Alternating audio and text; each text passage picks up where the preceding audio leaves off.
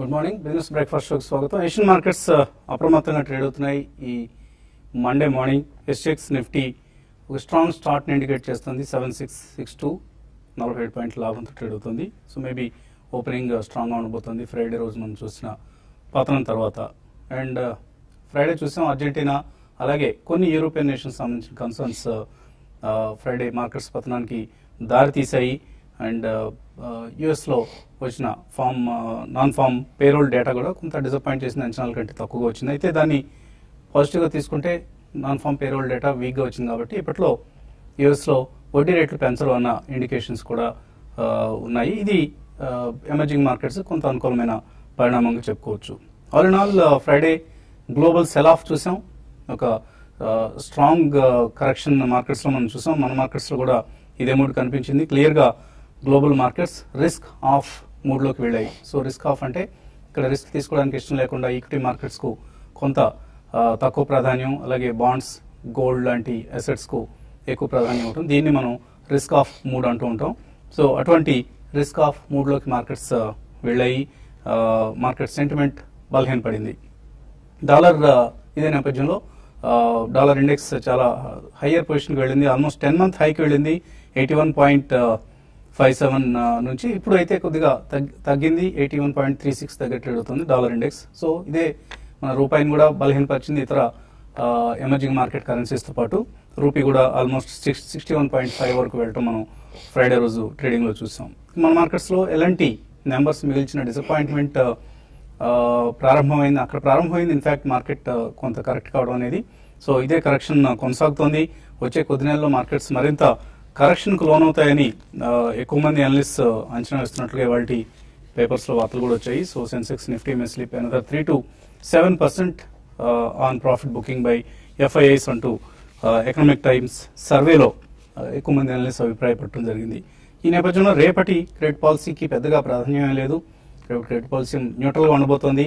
ఎటువంటి వడ్డీ రేట్లు ఎటువంటి మార్పులు ఉండవు. బహుశా మేబీ ఎస్ఎల్ఆర్ కట్ లాంటివి ఏదైనా కొద్దిగా వస్తే రావచ్చు. అదర్వైజ్ ఇది ఒక నాన్ ఈవెంట్ గానే మార్కెట్స్ కు మిగిలిపోయే అవకాశం కనిపిస్తుంది. అండ్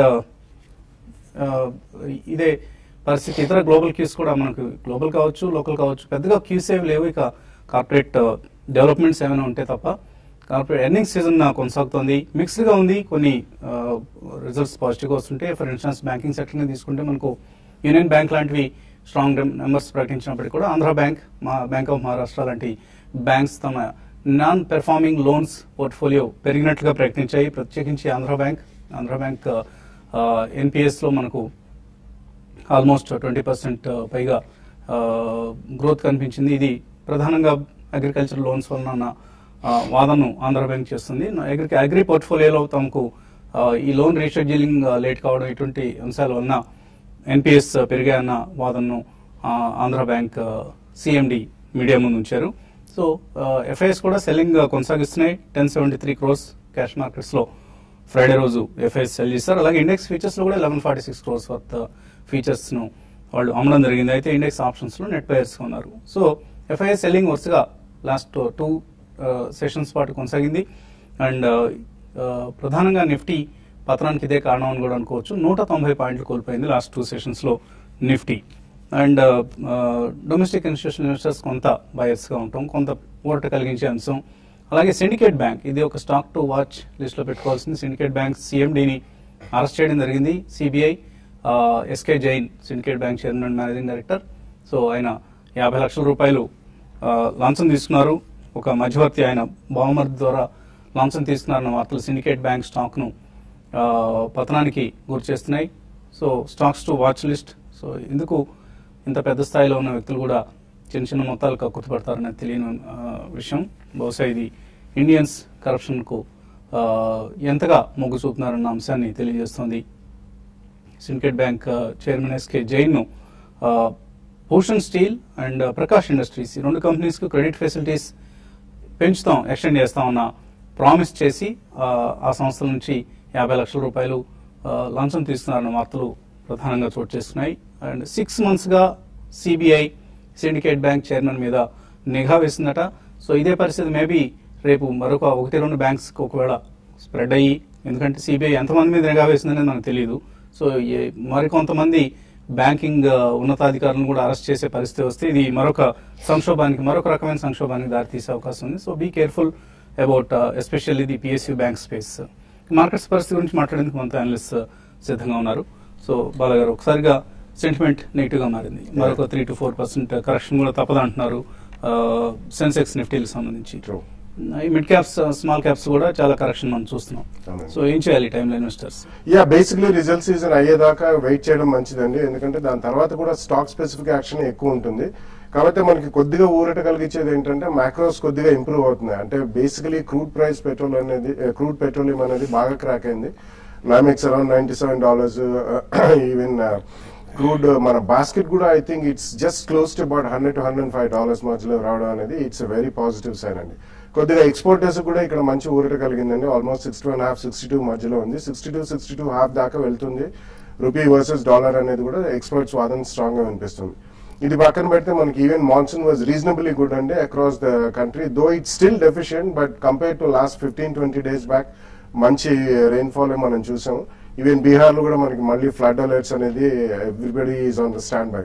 సో ఇవన్నీ మనం తీసుకుంటే దీని లాగ్ ఎఫెక్ట్ కొద్దిగా ఉంటుంది కాబట్టి మేబీ అనదర్ ఒక క్వార్టర్ ఆర్ 1 or 2 months తర్వాత I think things should improve అండి.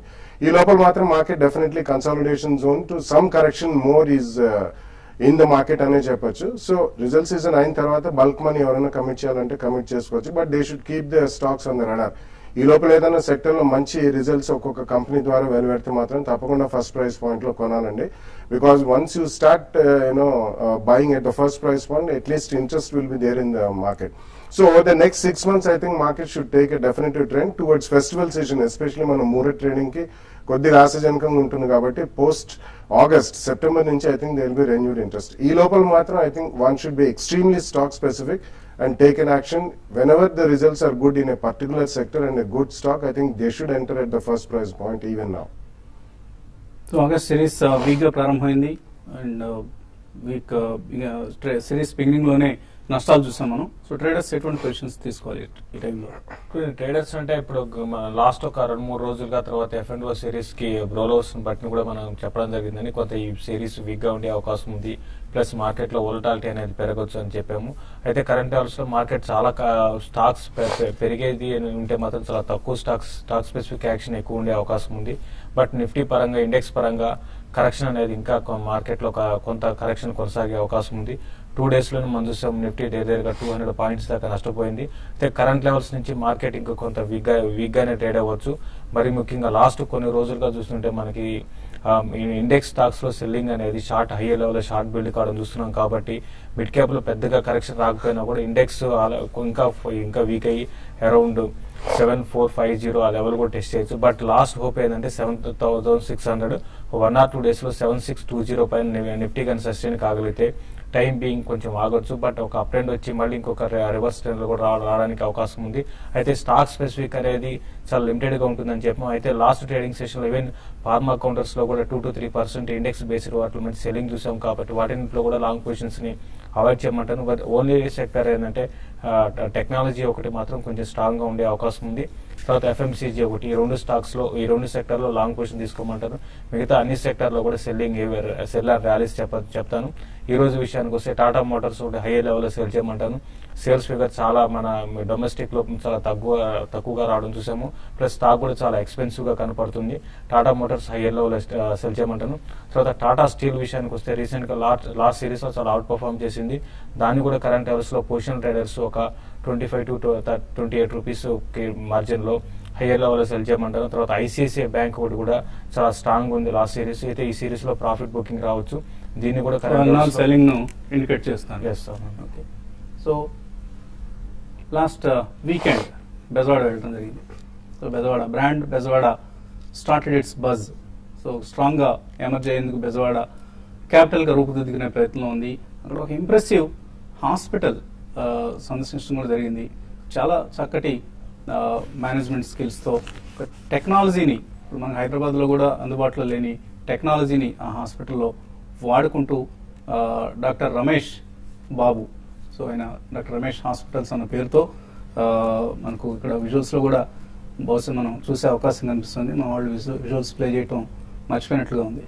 సో ఇక్కడ మనకు స్క్రీన్ మీద కనిపిస్తున్న ఆయన డాక్టర్ రమేష్ బాబు. చాలా చాలా ఇంప్రెసివ్గా హాస్పిటల్ను ఇప్పుడు ప్రస్తుతం టర్న్ ఓవర్ 70 కోట్ల రూపాయలు. మేబీ ఇది రాబోయే రోజుల్లో మోర్ దాన్ డబుల్ అయ్యే అవకాశాలు కూడా మనకు కనిపిస్తున్నాయి నెక్స్ట్ 1 to 2 years లోనే. చాలా అగ్రెసివ్ ఎక్స్పాన్షన్ ప్లాన్స్తో అక్రాస్ ఆంధ్ర మన హాస్పిటల్ చైన్ను విస్తరించే ప్రయత్నం చేస్తున్నారు. అండ్ మోస్ట్ ఇంప్రెసివ్ అనిపించేది ఏంటంటే అక్కడ పేషెంట్స్తో పాటు వచ్చే అటెండెంట్స్కి ఇచ్చే ప్రాధాన్యత, వాళ్ళకి చక్కగా ఇన్ఫర్మేషన్ ప్రొవైడ్ చేయడం, చాలా రెస్పాన్సిబిలిటీ వాళ్ళ పట్ల శ్రద్ధ తీసుకోవడం, ఇవన్నీ మనకు హైదరాబాద్ కార్పొరేట్ హాస్పిటల్స్లో ఎంత నిర్లక్ష్యంగా ఉంటారో మనకు తెలుసు.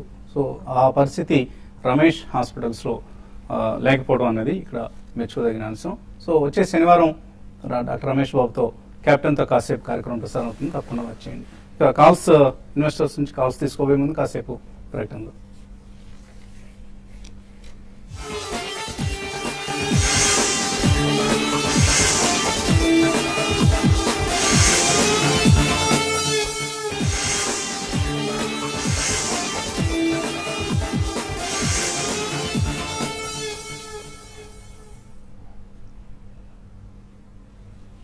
బిజినెస్ బ్రేక్ఫాస్ట్ తిరిగి స్వాగతం. ఏషియన్ మార్కెట్స్ లో కొంత ఫ్రైడే సెల్ ఆఫ్ తర్వాత పాజిటివ్ ట్రేడింగ్ సెషన్ కనిపిస్తుంది. మన మార్కెట్స్ కూడా పాజిటివ్ ఓపెనింగ్ కోసం సిద్ధమవుతున్నాయి. కాలర్స్ లైన్ లో ఉన్నారు. ఫస్ట్ కాలర్ ఖమ్మం నుంచి Ramakrishna. Hello, good morning sir. Good morning, అడగండి సార్. సింటెక్స్ ఇండస్ట్రీస్ నేను 100 లో తీసుకున్నాను, దాని పొజిషన్ ఏంటి, డౌన్ సైడ్ ఎంత వరకు ఉంటున్నాయి ఏంటి చెప్తారా? సింటెక్స్ ఇండస్ట్రీస్ పరిస్థితి టుడే సింటెక్స్ ఇండస్ట్రీస్ అయితే డౌన్ సైడ్ ఇది కొంచెం వోల్టాలిటీ స్టాక్ అంటే రీసెంట్ గా 100 పైనకి వెళ్ళి మళ్ళీ స్టాక్ లో ఒక 20% కరెక్షన్ చూసాము. ఇంకా కొంత స్టాక్ లో కరెక్షన్ రావడానికి అవకాశం ఉందండి. అట్లీస్ట్ 10 రూపీస్ దాకా, ఈవెన్ 70-72 లెవెల్స్ దగ్గర స్టాక్ ఆగొచ్చు. బట్ ఈవెన్ మీరు హోల్డ్ చేయండి, మీరు లాంగ్ టర్మ్ ఇన్వెస్ట్మెంట్ అయితే హోల్డ్ చేయండి. కొంత స్టాక్ లో ఫండమెంటల్స్ కొంత ఇంప్రూవ్ కావడం చూసాం రీసెంట్ గా. కాబట్టి లాంగ్ టర్మ్ ఉద్దేశం ఉంటే మాత్రం హోల్డ్ చేయండి. షార్ట్ టర్మ్ ట్రెండ్ మాత్రం అరౌండ్ 85 to 86 దగ్గర మధ్యలో ఆగిపోయే అవకాశం ఉంది, పెద్దగా పెరిగే అవకాశం లేదండి. బట్ లాంగ్ టర్మ్ మాత్రం ఇంకా స్టిల్ ట్రెండ్ అనేది అప్డేట్ అనేది ఇంటాక్ట్ ఉందని చెప్పొచ్చు అండి. ఘంటసాల నుంచి రంగారావు తర్వాత కాలర్. హలో, నమస్తే సార్. నమస్తే అండి, అడగండి. ఎల్ఐసి హౌసింగ్ 313 కొన్నానండి, అది యావరేజ్ చేయొచ్చు అప్పుడు? ఎక్కడ ఏ రేట్లో కొన్నారు? ఎల్ఐసి హౌసింగ్ 313 ఉందండి, అది పత్తాను కదా, యావరేజ్ చేయొచ్చా? అదే విధంగా బాలాజీ అమైన్స్ అండ్ ఏవిటీ న్యాచురల్ లాభాల్లో ఉన్నాను, అది అమ్మి మళ్ళీ తర్వాత తక్కువ వచ్చి కొనుక్కోవచ్చా? ఈ 2 స్టాక్స్ లో ప్రాఫిట్స్ బుక్ చేసుకోవడానికి, అలాగే ఎల్ఐసి హౌసింగ్ యావరేజ్ చేసుకోవచ్చు. ఎల్ఐసి హౌసింగ్ మేబీ అరౌండ్ 265-270 దగ్గర చేయొచ్చండి. ప్రాబ్లీ అరౌండ్ 285-290 జోన్ లో ఉంది. అండ్ డెఫినెట్లీ అది it's one of the finest housing finance companies. And next 2-3 years లో మంచి పర్ఫార్మెన్స్ ఉంటుంది. రీసెంట్ టైమ్స్ లో almost all housing finance companies about 10% crack అయినాయి. So you can definitely bite at the second price point around 260-65 levels అండి. ఇంకా rest of the 2 stocks అయితే మాత్రం మీరు బాలాజీ అమైన్స్ అండ్ ఏవిటీ అన్నారు. ప్రాఫిట్ లో ఉన్నప్పుడు ఎప్పుడు కూడా ప్రాఫిట్స్ కొద్దిగా తీసుకోవడం అనేది ఇట్స్ ఆల్వేస్ గుడ్ అండి. Maybe around 20-25% of the stock you should definitely book profits. తర్వాత ఒకవేళ ఇవి పడితే అవే కొనుక్కోవచ్చు, లేకపోతే you have better choice even out side of those 2 stocks. కాబట్టి తప్పకుండా కొద్దిగా ప్రాఫిట్స్ మాత్రం బుక్ చేయడం మర్చిపోకండి. హైదరాబాద్ నుంచి రాజు. హలో, హలో, అడగండి రాజు. నమస్కారం అండి. నమస్తే, అడగండి. 5 years బ్యాక్ సాస్కెన్ 5 లో తీసుకున్నానండి. ఏదండి, ఏ కంపెనీ అన్నారు? సాస్కెన్. సాస్కెన్ మరి ఉంచమంటారా తీసేయమంటారండి? సాస్కెన్ హోల్డ్ చేయొచ్చా? రీసెంట్ టైమ్స్ లో అంటే వాళ్ళకి కొంచెం ఐ థింక్ దే గాట్ ఒక ఊరట పెద్ద కేసులో వచ్చిందండి. కానీ 530 is too high price. Actually వీళ్ళు embedded technologies, mobile embedded technologies లో one of the strong companies అండి. కానీ కొన్ని గవర్నెన్స్ ఇష్యూస్ మూలాన ఐ థింక్ అండ్ రాయల్టీస్ మూలాన I think they have been suffering a lot. So currently మీరు hold చేయండి. Next 1 or 2 quarters results చూసిన తర్వాత I think you should slightly book. అంటే ప్రాఫిట్స్ అనేది ఉండవు డెఫినెట్లీ. కొద్దిగా ఏమన్నా ఇందులోంచి క్వాంటిటీ ఎక్కువ ఉంటే బయటపడి వేరే mid cap IT stock or mid cap pharma stock కొనుక్కోవడం మంచిదండి. మొత్తం మాత్రం అమ్మది ఇట్స్ డీసెంట్ కంపెనీస్, కొద్దిగా మాత్రం ఉంచండి. ఓకే అండి. తర్వాత కాలర్ శ్రీనివాస్ కరీంనగర్ నుంచి. హలో, అడగండి శ్రీనివాస్. సార్ పవర్ గ్రిడ్ 130 తీసుకున్నాను సార్, ఫ్యూచర్ ఒకటి.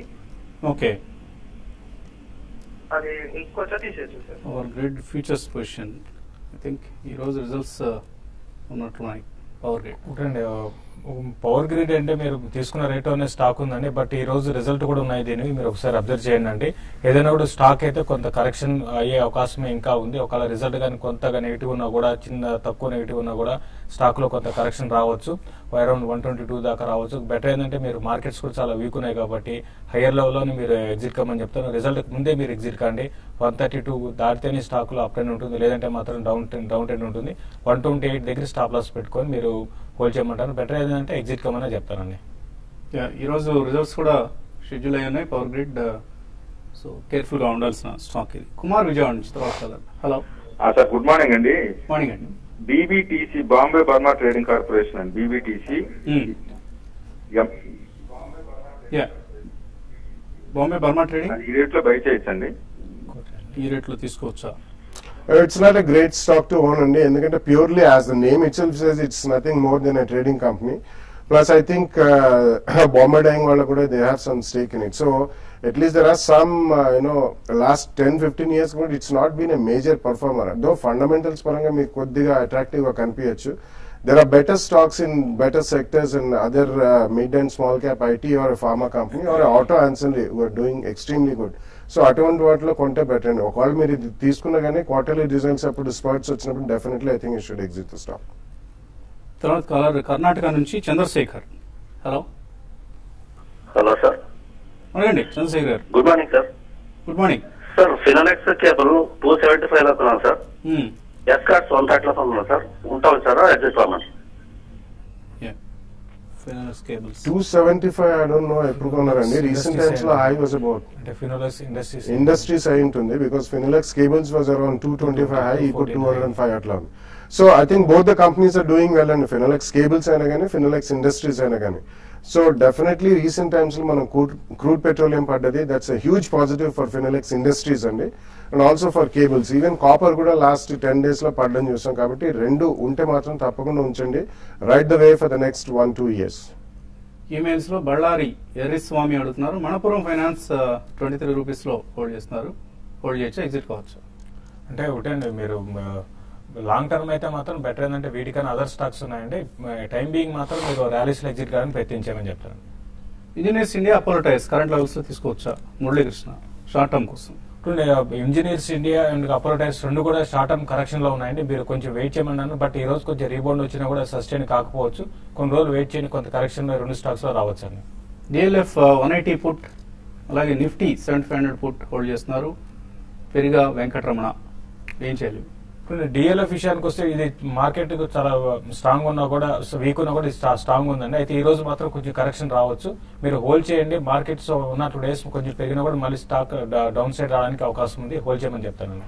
సిరి అడుగుతున్నారు, ఆర్తి డ్రగ్స్ 400 రూపాయలు, అలాగే క్యాంఫర్ అలైడ్ ప్రొడక్ట్స్ 260 రూపాయలు ఉన్నాయి, hold or exit? I think you can hold both the stocks అండి. Actually Aarti Drugs has performed extremely well. Almost 650 rupees లో ఉందండి, and last 1 year exceptionally good performance చూసాం. బట్ ఒకవేళ మీకు క్వాంటిటీ ఎక్కువ ఉందంటే మాత్రం సెప్టెంబర్ క్వార్టర్ రిజల్ట్స్ వచ్చిన తర్వాత, ఇప్పుడే కాదు, సెప్టెంబర్ క్వార్టర్ రిజల్ట్స్ వచ్చి కొంచెం ముఖ్యండి. But otherwise you can definitely hold both the stocks for the next 12-18 months or 2 years. Raja అడుగుతున్నారు, క్యామ్లిన్ సెంట్రల్ బ్యాంక్ తీసుకోవచ్చు ఇక్కడ? I think central bank banking as such you can avoid for some more time. If you want to take exposure, కొద్దిగా private sector banks లో post September results, ఎందుకంటే ఈ quarter కూడా మనం NPS adjustment అనేది ఇంకా కూడా చూస్తున్నాం. So wait for this September quarter results and you can take some Camlin fine chemicals. I think recent times లో all fine chemicals, speciality chemicals and even commodity chemicals అన్ని పెరుగుతున్నాయి కాబట్టి ఫస్ట్ ప్రైస్ పాయింట్ లో కొద్దిగా తీసుకోండి. బాబు అడుగుతున్నారు, GVK power, GMR infra long term కోసం ఎలా ఉంటాయి? జీవీకే అండ్ జిఎంఆర్ రెండు కూడా లాంగ్ టర్మ్ కి అంటే రెండు డెట్ ఉన్న కంపెనీస్ అండి, బట్ మీరు హై రిస్క్ తీసుకునే వాళ్ళైతే బై చేయమంటారు, లేదంటే మాత్రం అవాయిడ్ చేయమని చెప్తారండి. మంజునాథ్ అడుగుతున్నారు, 8000 కాల్స్ ఉన్నాయి నిఫ్టీవి, కంటిన్యూ చేయొచ్చా? అంటే ఈ సిరీస్ కొంచెం డౌట్ఫుల్ గానే ఉందండి. నిఫ్టీ 7800 కి నిఫ్టీ హ్యూజ్ రెసిస్టెన్స్ ఉంటుంది, బట్ 1 or 2 days మార్కెట్ లో ఒక పుల్ బ్యాక్ ర్యాలీ వచ్చినప్పుడు మీరు బెటర్ ఏంటంటే మీ కాల్స్ ని మీరు ఎగ్జిట్ కమ్మని చెప్తాను, ప్రీమియం తగ్గే అవకాశం ఎక్కువ ఉంది. సో చిన్న అడుగుతున్నారు, 7800 పుట్స్ తీసుకోవచ్చు? ఈ రోజు కొంచెం మార్కెట్ పెరగొచ్చు అండి, పెరిగినప్పుడు మీరు 7800 పుట్ బై చేయొచ్చు. అయితే మీరు ఇన్ ద మనీ పుట్ కాకుండా మీరు అవుట్ ఆఫ్ ది మనీ తీసుకోవడం చాలా వరకు బెటర్ అండి. In the money already 200 rupees in the money ఉంది కాబట్టి 76 or 75 మీరు బై చేయండి. రామకృష్ణ అడుగుతున్నారు, యునైటెడ్ బ్యాంక్, పీసీ జ్యువెలర్స్, ఈ రెండు స్క్రిప్ట్స్ టెక్నికల్లీ ఎలా ఉన్నాయి? కానీ యునైటెడ్ బ్యాంక్ మాత్రం చాలా వోలటాలిటీ అనేది స్టాక్ లో ఉందని, టెక్నికల్ గా ఈ స్టాక్ కొంత వీక్ గానే ఉండొచ్చు. 52 దగ్గర రెసిస్టెన్స్ ఉంటుంది, 46 దగ్గర మీకు సపోర్ట్ ఉండే అవకాశం ఉందండి. ఉదయ్ అడుగుతున్నారు ఎలాంటి 1500లో ఎన్హెచ్పిసి 2850లో కొన్నారు, నియర్ టర్మ్ ఎలా ఉంటాయి? ఎలాంటి రిజల్ట్ తర్వాత పోస్ట్ రిజల్ట్ తర్వాత ఈ స్టాక్ చాలా వీక్ ఉందని, నియర్ టర్మ్ అయితే స్టాక్ అప్ ట్రెండ్ అనేది పెద్దగా ఉండకపోవచ్చు అండి. కొంత వీక్ గానే ఉండే అవకాశం ఉంది. ఎలాంటి ఎస్పెషల్లీ లీడర్షిప్ పొజిషన్ నుంచి తప్పుకుంది ప్రస్తుతానికి. Maybe other companies like ICICI bank లాంటివి లీడర్షిప్ పొజిషన్కి వస్తున్నాయి స్లోగా ఇండెక్స్ సంబంధించి. ఇంకా చాలా మెయిల్స్ మిగిలిపోయి కానీ సమయం కూడా మించిపోయింది. ఇది ఇవాల్టి బిజినెస్ బ్రేక్ఫాస్ట్. మధ్యాహ్నం మళ్ళీ 1:30కి స్మార్ట్ ఇన్వెస్ట్లో కలుద్దాం.